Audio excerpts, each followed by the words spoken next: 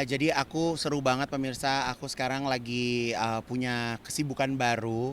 Jadi aku sekarang sedang menggelar sebuah acara pemilihan ajang beauty pageant. Namanya aku kasih nama Miss Mega Bintang Indonesia.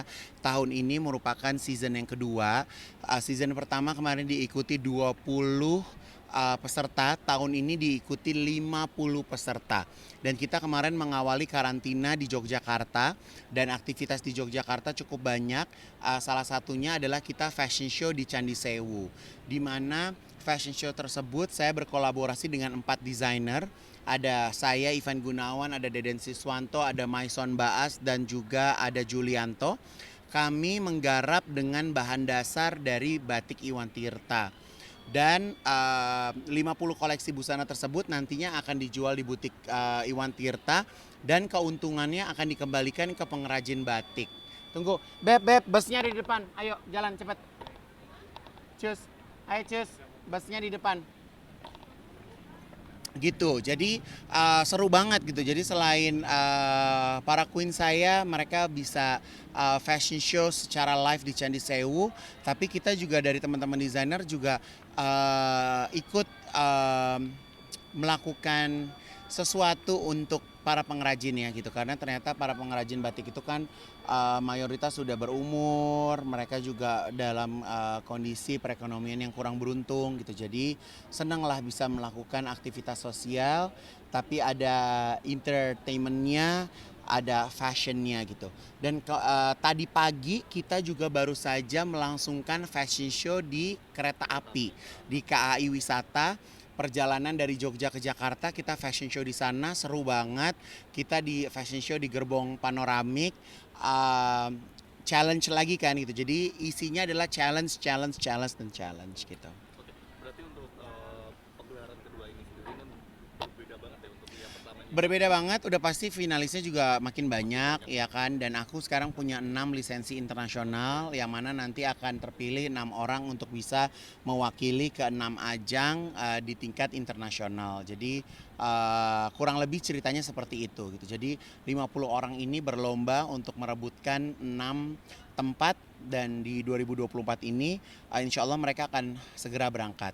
Flashback sedikit di tahun 2023 ajang yang saya ambil lisensinya semuanya kita mendapatkan tempat yang baik. Jadi rata-rata mereka masuk top 5, ada yang keluar menjadi pemenang, ada yang top 10 gitu. Jadi alhamdulillah Indonesia di tahun 2023 mendapatkan prestasi yang cukup baik. Oke, dalam untuk pemilihan Miss Queen-nya Ya, Miss Mega Bintang Mega Indonesia. Bintang ini sendiri ada persyaratan khusus ya Persyaratan udah pasti karena aku punya 15 regional director dari tersebar di seluruh Indonesia. Jadi mereka dipilih dari kompetisi di tingkat nasional. Dari tingkat nasional lalu saya pilih mereka masuk ke Jakarta gitu. Berarti ajang-ajang sendiri ini standarnya udah hampir kita Oh, menyampaikan standarnya memang kita memang masuk ke standar internasional gitu. Jadi karena kita tidak berlomba dan berkompetisi di Indonesia, kita berkompetisinya di tingkat internasional. Jadi memang seperti itu yang kita lakukan. Mobilnya ada di sana, ayo cepat capcus, jalan.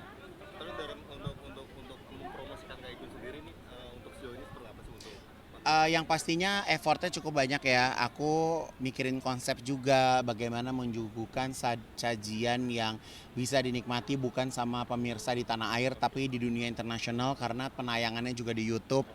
Jadi mereka bisa menjangkau semua itu gitu kan. Dan apa ya, suguhan itu kan tampilannya itu yang nantinya akan dijadikan barometer standar produksi untuk ajang-ajang lain gitu. berarti melibatkan juga ibarat sosial media ya dari para Oh peserta iya, juga jadi untuk 50 mempromosikan. finalis tersebut mereka harus bersosial media. Oke. Mereka harus aktif bersosial media, mereka harus ya setidaknya mereka melakukan personal branding tentang diri mereka supaya bisa lebih dikenal di masyarakat gitu. Biar mereka menjadi mega bintang Kayak gitu. kemarin juga Mbak sempat mengadakan acara di Jogja sendiri. Itu Iya, juga aku tuh kemarin juga di Jogja, alhamdulillah diundang sama Gus Miftah. Aku baru pertama kali datang ke pengajian yang dihadiri ribuan orang, aku nggak pernah menyangka seperti itu. Jadi Gus Miftah lihat postingan aku lagi ada di Jogja, terus aku undang Gus Miftah untuk datang ke acara aku, dan Gus Miftah undang aku ke acara beliau gitu. Jadi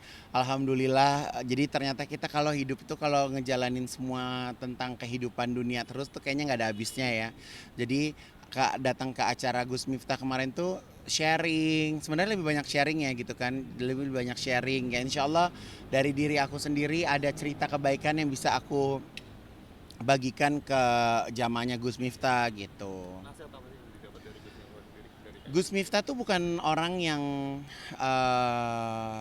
selalu memberikan nasihat ya. Beliau itu di dalam kesehariannya tuh justru malah menguatkan di saat aku lagi down, di saat aku lagi hopeless, lagi merasa terpojok, merasa merasa kehidupan aku nggak tenang, justru Gus Miftah tuh yang ada di garda depan untuk memberikan semangat buat aku gitu. Jadi dia tuh bukan tipe yang bukan orang yang menggurui, tapi dia tuh malah menguatkan, mempertebal uh, keyakinan kita, kesabaran kita, kemampuan kita untuk menyikapi setiap masalah. Karena kalau dia bilang bahwa aku tuh memang diciptakan untuk menyelesaikan masalah gitu. Jadi kalau kenapa manusia itu dikasih masalah ya karena dia bisa untuk menyelesaikannya gitu. Jadi ya seneng lah gitu aku punya istilahnya aku punya kakak yang bisa ngingatin, yang bisa ditanya, yang bisa ditelepon kapan aja gitu. Selain di Jogja kemarin juga menyempatkan untuk juga berfoto pakai blangkon sendiri kan? Ya, jadi itu kan aku tuh kebetulan di Jogja kemarin aku didukung sama anak termuda dari Hamengkubuwono ya, jadi sama Gusti Bendoro. Jadi selama di Jogja para Queen itu diurus juga sama Gusti Bendoro, diajak keliling Jogja, ditemani, perkenalkan budaya.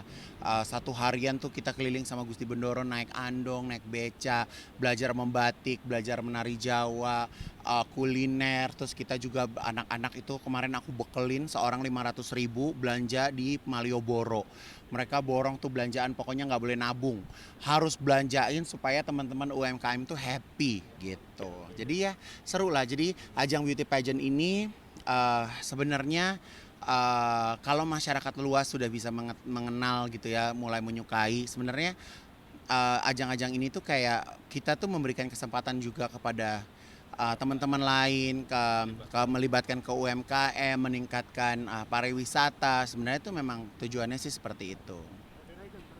Ya,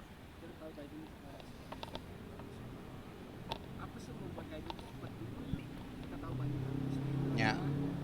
Ya karena pertama karena aku kan punya platform ya, aku punya platform, aku punya anak didik. Kalau aku tidak mencontohkan kebaikan, aku rasa nggak pas ya gitu. Dimana-mana kayak kayak orang tua pasti kan mengajarkan hal yang baik untuk anaknya. Jadi aku berusaha untuk menjadi role model, untuk menjadi panutan mereka dalam bentuk yang real. Jadi aku bukannya bukannya orang yang setiap ada kamera langsung nge-switch siap gitu. Aku nggak kayak gitu gitu. Jadi kalau pemirsa ngelihat aku di TV sama ngelihat aku asli ya aku begini adanya gitu, nggak ada yang aku tambahkan, nggak ada yang aku buang gitu kan. Jadi hidup menjadi diri sendiri tuh jauh lebih enak daripada hidup di dalam sebuah kemunafikan, ke dalam kepalsuan. Capek juga, kita nggak tahu kapan kita harus berperan, kapan kita harus menjadi diri sendiri gitu.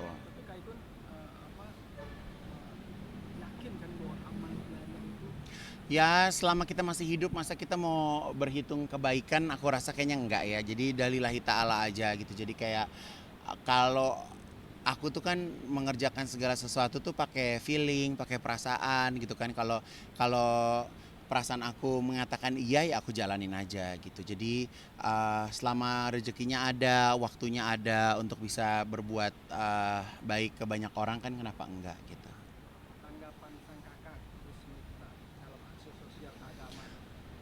Wow, kalau dia jangan pesan dia ya jangan pernah berhenti gitu. Pesannya jangan pernah berhenti gitu. Jangan pernah sekali bilang capek, jangan sekali bilang cukup gitu. Jadi kalau dalam hal kebaikan nggak boleh bilang cukup. Jadi harus harus terus dan terus gitu. Thank you. Ya. Audio Jungle.